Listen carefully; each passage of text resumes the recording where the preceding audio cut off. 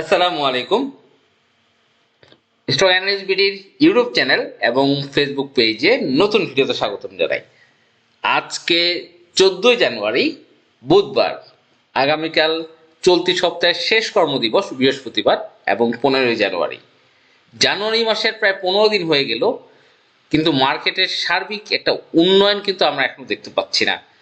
আজকেও লেনদেন 369 কোটি টাকা, যেখানে সূচক প্রায় 20 পয়েন্টের মতো বেড়েছে। কিন্তু দুঃখের বিষয় হলো আমাদের ট্রেড ভ্যালু, মার্কেটের যে প্রাণ, সেটা গতকালের থেকেও কম হয়েছে। গতকাল আমাদের 386 কোটি টাকা লেনদেন ছিল, সেইখান থেকে প্রায় 17 কোটি টাকা কিন্তু কম লেনদেন হয়েছে আজকে। আজকে 369 কোটি টাকা, কিন্তু সূচক বেড়েছে প্রায় 20 পয়েন্টের মতো। সূচক বাড়ার মূল যে কারিগর স্কয়ার ফার্মা, আপনারা জানেন স্কয়ার ফার্মার যিনি এমডি রয়েছেন, চেয়ারম্যান রয়েছেন, তিনি কিন্তু প্রায় 20 লক্ষ শেয়ার বাই করার ঘোষণা দিয়েছেন। এই জন্য কিন্তু শেয়ারটা প্রায় 10 টাকার মতো বেড়ে গিয়েছে। গ্রামীণ ফোন আজকে অনেকদিন পরে সূচক কন্ট্রিবিউশন করেছে। রবি, এসিআই, এসিআই জানেন আমাদের গ্রুপ, এবং আমি কিন্তু 180 টাকার সময় স্টকটির কথা বলেছিলাম, যেহেতু কোম্পানির চেয়ারম্যান শেয়ারটি বাই করার কথা ঘোষণা করেছিল, এবং সেখান থেকে কিন্তু শেয়ারটি বর্তমানে 212 টাকা 10 পয়সা অবস্থান করছে। ব্যাডবিসি, এমজিএল, বিডি এগুলো কিন্তু বেড়েই চলেছে। যাই হোক, আজকে সূচক মোটামুটি ভালো করেছে। তবে আজকে খুবই সতর্ক করব ইন্স্যুরেন্স সেক্টরের ব্যাপারে। ইন্স্যুরেন্স সেক্টর কিন্তু একটা ফিডিং টাইম চলে আসছে, আপনারা জানেন ইন্স্যুরেন্স সেক্টর একটা রেজিস্ট্যান্স লেভেলে চলে আসছে, এবং ইন্স্যুরেন্স সেক্টর কিন্তু শেয়ারটা হ্যান্ডওভার হচ্ছে আগামীকাল, ফাইনাল হ্যান্ডওভার অফ ইন্স্যুরেন্স। এই জন্য অ্যালার্ট আমার প্রিয় চ্যানেলের বন্ধুরা, ইন্স্যুরেন্স কেনার ক্ষেত্রে 10 বার ভাববেন। টোটাল সেক্টর কিন্তু একটা রেজিস্ট্যান্স লেভেল অবস্থান করছে, এবং আরএসআই 65 এবং আরএসআই কিন্তু 70, আপনারা জানেন ওভারবট হয়ে যাবে। এবং আরএসআই যেহেতু 65 এবং রেজিস্ট্যান্স লেভেলের কাছাকাছি সূচকের অবস্থান, আমি বলবো আপনারা অবশ্যই সতর্ক হন। কারণ ইন্স্যুরেন্স কিন্তু টানা দীর্ঘদিন কালেকশন করে, এবং শুধু কালেকশন করার পরে দু একদিন এটাকে বাড়িয়ে নিয়ে তারপরে ফিডিং করিয়ে দেয়, হাতে ধরিয়ে দেয় ইন্স্যুরেন্স। এবং ইন্স্যুরেন্স সেক্টরের প্রত্যেকটা স্টক আপনারা যদি জানেন, স্টান ইন্স্যুরেন্স সেটা কিন্তু রেজিস্ট্যান্স লেভেলে অবস্থান করছে, দেখতে পাচ্ছেন একটা রেজিস্ট্যান্স লেভেল। এই যে আপনার যে টপ গেইনারে আজকে যেটা ছিল, সেটা কিন্তু এই রেজিস্ট্যান্স লেভেল প্রায় 55 টাকা 70, যে এটা রেজিস্ট্যান্স লেভেলে অবস্থান করছে। এখন 54-80 টাকা হচ্ছে ক্লোজিং প্রাইস। তারপরে প্যারামাউন্ট একই অবস্থানে, এটা রেজিস্ট্যান্স লেভেল চূড়ায়, একদম চূড়ায়। আপনি এখানে কিনলেই কট খেয়ে যাবেন, একদম হাতে হ্যারিকেন হয়ে যাবে। বুঝে শুনে আপনাকে ইনভেস্ট করতে হবে।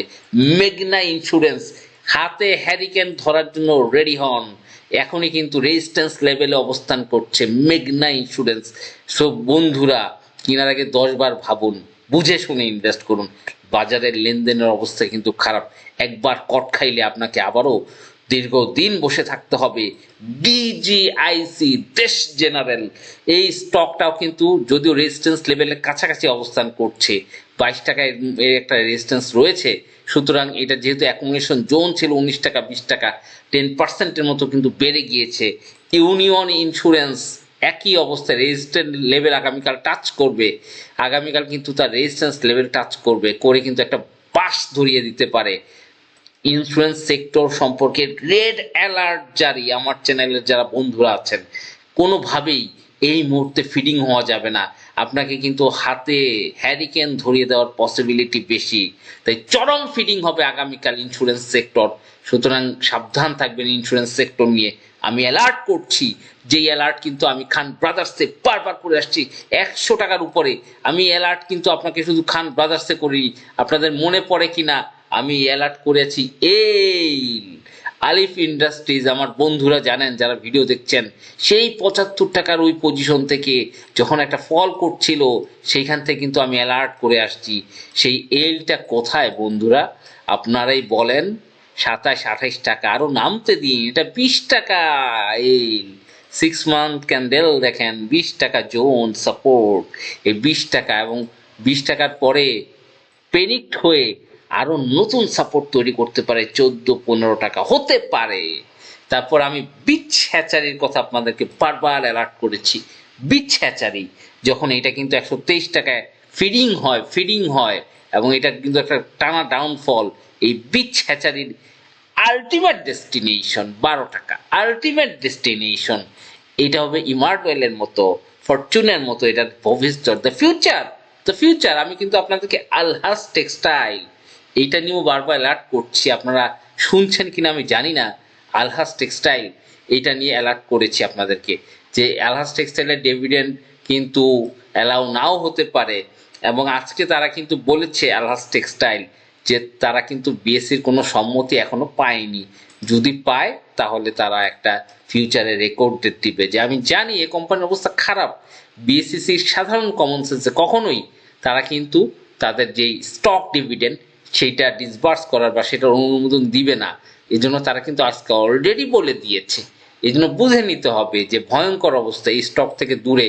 এবং আজকে আমরা যদি টপ গেইনারে যাই, টপ গেইনার সেখানে কিন্তু বিডি ওয়েল্ডিং একটা ফিডিং, আজকে BD welding, BD Thai food এবং বিডি যেখানে আছে সেগুলোই বেড়েছে। সুতরাং এইটা সেন্টিমেন্টাল কিন্তু হিট করেছে এবং বিডি ওয়েল্ডিং একটা ফিডিং করানোর জন্য পার্টি কিন্তু বিজি হয়ে গিয়েছে। আজকে দশম লাইনে তার হিউজ একটা বাই প্রেশার ছিল এবং এই বিডি ওয়েল্ডিং আপনারা কিন্তু সাবধান থাকবেন। এবং আপনাদের এই যে বিডি থাইফুড বলেন এগুলো অ্যালার্ট থাকবেন, বন্ধ কোম্পানি এবং ইপিএস খারাপ যেগুলো বিডি থাই, এগুলো নিয়ে আপনারা সাবধান থাকবেন। কারণ মার্কেটের অবস্থা কিন্তু খুবই খারাপ, বুঝে শুনে ইনভেস্ট করতে হবে আপনাকে, ঝাঁপিয়ে পড়লে হবে না। যেমন ইন্স্যুরেন্স সেক্টরে কিন্তু আজকে থেকে ফিডিং শুরু, আগামীকাল ফাইনাল ফিডিং হবে, ফাইনাল ফিডিং। সুতরাং রেড অ্যালার্ট জারি। এই জন্য বুঝে শুনে বিনিয়োগ করবেন, দরকার হলে 5 দিন 10 দিন বসে থাকেন ক্যাশ নিয়ে। কিন্তু আপনি যেই দেখেন, আমি আপনাকে একটা মজার জিনিস দেখাই, স্কোয়ার ফার্মার মতো শেয়ার, এত ভালো কোম্পানি, দেখেন এরা ডিরেক্টররা যখনই 20 লাখ শেয়ার বাই করবে তপন চৌধুরী, সেই মুহূর্তে প্রাইসটা কত ছিল? তখন ছিল 198 টাকা, 200 টাকার কাছাকাছি, সেখান থেকে 210 টাকা, প্রায় 5% ইনক্রিজ। এই জন্য ভালো ভালো কোম্পানিগুলোর ডিরেক্টররা যখন বড় ভলিউমে শেয়ার বাই দিবে তখন আপনারা চোখ বন্ধ করে কিনতে পারেন। এই যে ভালো ভালো কোম্পানিগুলো, আপনারা এসিআই দেখেন, আমি বলেছিলাম যে এই সেটা ভালো করবে, 180 টাকা আমাদের গ্রুপে ছিল। সেখানে দেখেন যে মিস সুস্মিতা আনিস সে 1,60,000 শেয়ার বাই করা ডিক্লেয়ার করেছিল এবং তার আগেও 24শে ডিসেম্বর 1,60,000 শেয়ার বাই করার ডিক্লেয়ার করা হয়েছিল এবং তার আগে কিন্তু 3,60,000 শেয়ার এবং সেটা করেছিল। আমি তখনই বলেছিলাম এটা প্রাইজিং হবে 27শে নভেম্বর। আমি 28শে নভেম্বর কিন্তু সবাইকে বলে দিয়েছিলাম। আমাদের যে গ্রুপ আছে হোয়াটসঅ্যাপ গ্রুপ জানুয়ারি ব্যাচ, আপনারা জানেন, সেটা স্ক্রিনশট আমি ভিডিওতে পরে দিয়েছিলাম যে 28শে নভেম্বর আমি কি বলেছিলাম। 28শে নভেম্বরের সেটার প্রাইজিংটা কত ছিল আপনারা জাস্ট দেখেন। 28শে নভেম্বরের দিকে এটার প্রাইজিং ছিল প্রায় 180 টাকার মতো, 180 টাকা। সেই লেভেল থেকে এখন কত পার্সেন্ট, প্রায় 20% কিন্তু বেড়ে গিয়েছে। তো এই জন্য ভালো ভালো কোম্পানি যেগুলো ডিরেক্টর বাই আসে বা চেয়ারম্যান বাই আসে, এগুলোর জন্য ওয়েট করেন বা অন্য কোনো টাকা ক্যাশ করে রাখেন, বুঝে শুনে ইনভেস্ট করেন, উল্টাপাল্টা শেয়ার ইনভেস্ট করতে যাবেন না। বা ফিডিং হবে এই ধরনের পজিশনে আপনি কখনোই অন্যের কথা শুনে বা ট্রেডারের কথা শুনে জীবনে ইনভেস্ট করবেন না। আপনার হাউজের ট্রেডারই আপনার সবচেয়ে বড় শত্রু, এই কথাটা মনে রাখতে হবে। স্টক মার্কেটে আপনার হাউজের ট্রেডার যার মাধ্যমে যে আপনাকে কিন্তু পাম্পটি দিয়ে হাওয়া দিয়ে কোনো একটা শেয়ার ফিডিং করায় দিতে পারে বা আপনাকে বাস দিতে পারে। এই জন্য আপনাকে অ্যালার্ট থাকতে হবে, আপনাকে বুঝে শুনে বিনিয়োগ করতে হবে, আপনাকে স্টক মার্কেট শুনে পড়াশোনা করতে হবে এবং কখনোই রেজিস্ট্যান্স লেভেলে শেয়ার কিনা যাবে না বন্ধুরা। কখনোই ভাববেন না ডাউন ট্রেন্ড মার্কেটে রেজিস্ট্যান্স লেভেলে ব্রেকআউট করবে, কখনোই ভাববেন না। এই পয়েন্টটা মাথায় রাখতে হবে, ডাউন ট্রেন্ড মার্কেটে বা সাইডওয়েজ মার্কেটে রেজিস্ট্যান্স লেভেল কখনো ব্রেকআউট করে না। এই বিষয়টা অবশ্যই আপনাকে মাথায় রাখতে হবে। এবং যাই হোক, ভালো থাকবেন বন্ধুরা, দেখা হবে নতুন ভিডিওতে। আসসালামু আলাইকুম।